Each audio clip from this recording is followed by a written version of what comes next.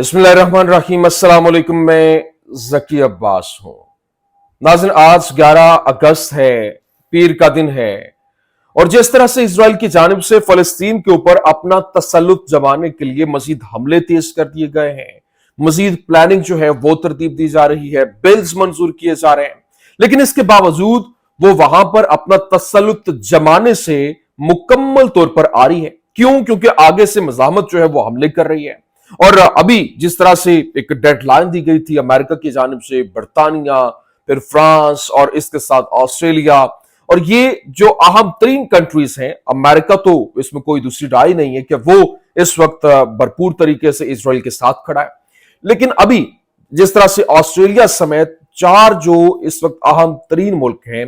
جو طاقتور ملک ہیں، ان کی جانب سے فلسطین کو تسلیم کرنے کا اعلان کیا گیا ہے۔ اب یہ کون سے 4 اہم ترین ملک ہیں؟ کیونکہ باضابطہ طور پر ان کی جانب سے اعلان کر دیا گیا، یہ کون سے ملک ہیں یہ آپ کے سامنے رکھنا ہے۔ اور پھر جو حزب اللہ ہے، حزب اللہ کی جانب سے بھی میدان میں انٹری دے دی گئی ہے، اور جس طرح سے اس کے اوپر پابندی لگانے کے حوالے سے، ان سے اسلحہ چھیننے کے حوالے سے لبنان کے اندر جو ہے وہ کاوشیں ہو رہی تھی، اور امریکہ کی جانب سے، اسرائیل کی جانب سے ان کو یوں کہہ لیں کہ گھٹنوں کے بل لانے کے لیے مکمل طور پر مفلوج کرنے کی پلاننگ ترتیب دی گئی تھی، وہ الٹی گلے پڑ گئی ہے۔ کیوں؟ کیونکہ حزب اللہ جو ہے وہ کھل کر میدان میں آ گئی ہے، اور اعلان جنگ جو ہے وہ سامنے آ رہا ہے کہ اگر ہمارے اوپر جو ہے وہ اس طرح سے تسلط جمانے کی کوشش کی گئی، اور یا پھر ہمارے اوپر حملہ ہوا، تو ہم یہاں پر خاموشی سے نہیں رہیں گے، بلکہ قوم پوری ہمارے ساتھ کھڑی ہے، اور ہم حملہ کریں گے اور بھرپور طریقے سے جواب دیں گے۔ جبکہ اس وقت دوبارہ سے یہ جو بل ہے منظور کیا گیا اسرائیل کی جانب سے، اور لبنان کے اوپر حملے کی تیاری کی جا رہی ہے، اور خطرناک جنگ لبنان کے ساتھ دوبارہ شروع ہونے کے حوالے سے خبریں سامنے آ رہی ہیں۔ یہ کیا معاملہ ہے یہ بھی آپ کے سامنے رکھنا ہے۔ اور پھر جو ایران ہے، ایران کی جانب سے تگڑا کھڑا کیا گیا ہے، اور پھر امریکی کوریڈور جو ہے، جو زنگ زور کوریڈور جو ہے، اس کو اڑانے کے حوالے سے خبریں جو ہے وہ سامنے آ رہی ہیں۔ اور ابھی خبر کیا ہے کہ یہ جس طرح سے اس کے اوپر تسلط جمانے کو لے کر وہاں پر پوری کی پوری پلاننگ ترتیب دی گئی، آرمینیا اور پھر جو ہے وہ آذربائیجان کے درمیان جو ایک اہم ترین معاہدہ ہوا ہے، اس نے پورے کے پورے پلاننگ کو جو ہے وہ ریویل کر کے رکھ دیا، اور ایران جو ہے وہ کھل کر اس وقت میدان میں آ چکا ہے، اور اس نے کہا کہ یہ جو کوریڈور ہے وہ اس کو اڑائیں گے، اور اس کو قطعی جو ہے وہ امریکہ کو یہاں پر نہیں بیٹھنے دے گے۔ اس کے پیچھے کی سٹوری ہے یہ بھی آپ کے سامنے رکھنا ہے۔ لیکن اس کے ساتھ ساتھ جو پاکستان اور بھارت ہیں، ان کے درمیان ایک بار پھر سے کشیدگی بڑھتی ہوئی دکھائی دے رہی ہے، اور حالات جو ہے وہ جنگی جو معاملات ہیں اس کی طرف جاتے ہوئے دکھائی دے رہے ہیں، کیونکہ ایک طرف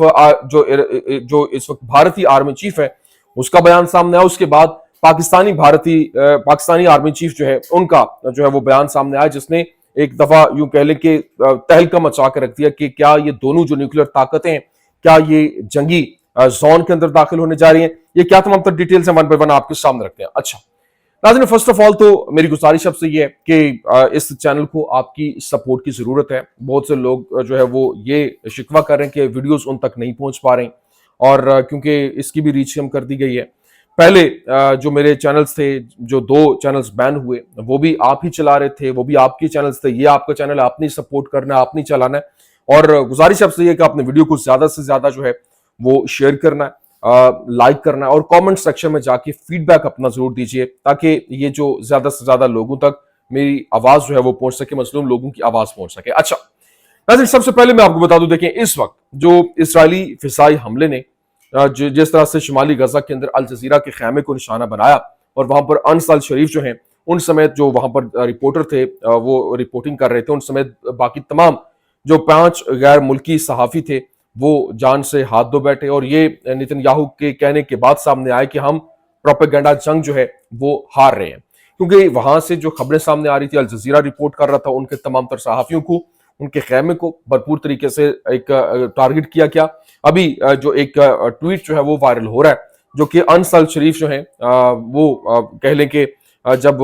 شہید ہونے سے پہلے ان کا یہ جو ٹویٹ ہے وہ سامنے آیا تھا، گزشتہ ماہ کی ان کی پوسٹ ہے۔ انہوں نے کہا کہ اسرائیلی فوج کے ترجمان نے الجزیرہ میں صحافی کی حیثیت سے میرے کام کی وجہ سے ایک بار پھر میرے خلاف دھمکیوں اور اشتعال انگیزی کی مہم شروع کی ہے، اور میں دوبارہ واضح کرتا ہوں کہ میں انس الشریف کسی سیاسی تعلق کے بغیر ایک صحافی ہوں۔ میرا واحد مشن سچائی کو جیسے ہے ویسے ہی بغیر جھکاؤ کے میدان میں لانا ہے، عوام تک پہنچانا ہے۔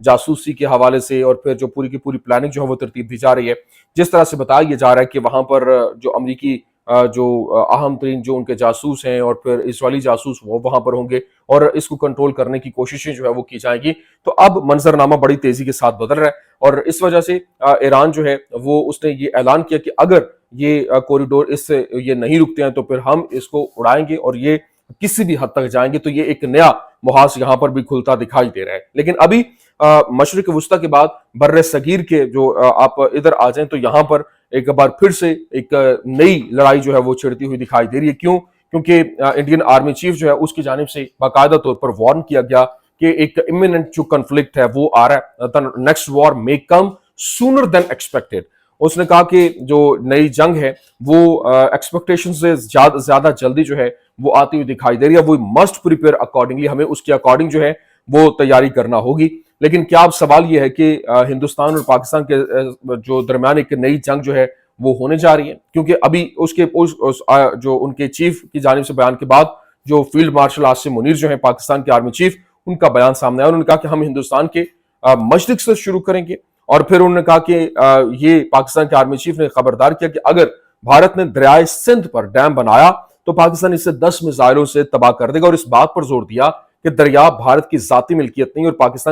پاکستان کے پاس میزائلوں کی کوئی کمی نہیں ہے۔ ایک تو یہ بیان دیا، اور پھر انہوں نے یہ بھی کہا کہ ہم ایٹمی ہتھیاروں سے لیس قوم ہیں، اگر ہمیں لگا کہ ہم ڈوب رہے ہیں تو ہم آدھی دنیا کو اپنے ساتھ لے ڈوبیں گے۔ یہ دا پرنٹ جو اخبار ہے اس کی جانب سے یہ رپورٹ جو ہے وہ بھی کیا گیا ہے۔ تو یہ اس وقت کی سچویشن ہے۔ اس کا مطلب یہ ہے کہ حالات مکمل طور پر آؤٹ آف کنٹرول ہوتے ہوئے دکھائی دے رہے ہیں۔ ہونا یہ چاہیے کہ یہ کیونکہ حالات کی نزاکت کو دیکھتے ہوئے ابھی تمام یہ دونوں ممالک جب تک بیٹھیں گے نہیں یہ مسئلہ حل نہیں ہوگا، اور اگر یہ نہیں بیٹھتے اور یہ دونوں دوبارہ سے لڑائی میں جاتے ہیں تو آف کورس نقصان جو ہے وہ عام عوام کا ہونا ہے، جس کا بہت بڑا خمیازہ جو ہے عوام کو بھگتنا پڑنا ہے۔ یہ حکمران جو ہے وہ تو بیٹھے ہیں اور وہ اسی طرح سے بیٹھے رہیں گے، اور فوجی جوان ادھر سے بھی مریں گے ادھر سے بھی، اور عام عوام جو ہے اس کا ہی نقصان ہوگا، کیونکہ ہر مسئلے کا حل ہوتا ہے اور یہ تب تک حل نہیں ہوگا جب تک یہ مل کر بیٹھیں گے نہیں۔ یہ کچھ اہم ترین اپڈیٹس تھیں، میں نے کہا آپ کے سامنے رکھ دیں۔ امید کرتے ہیں ویڈیو آپ کو پسند آئی ہوگی۔ پسند آنے کی صورت میں لائک کیجیے، شیئر کیجیے اور ہمارے چینل کو سبسکرائب کرنا مت بھولیے گا۔ شکریہ۔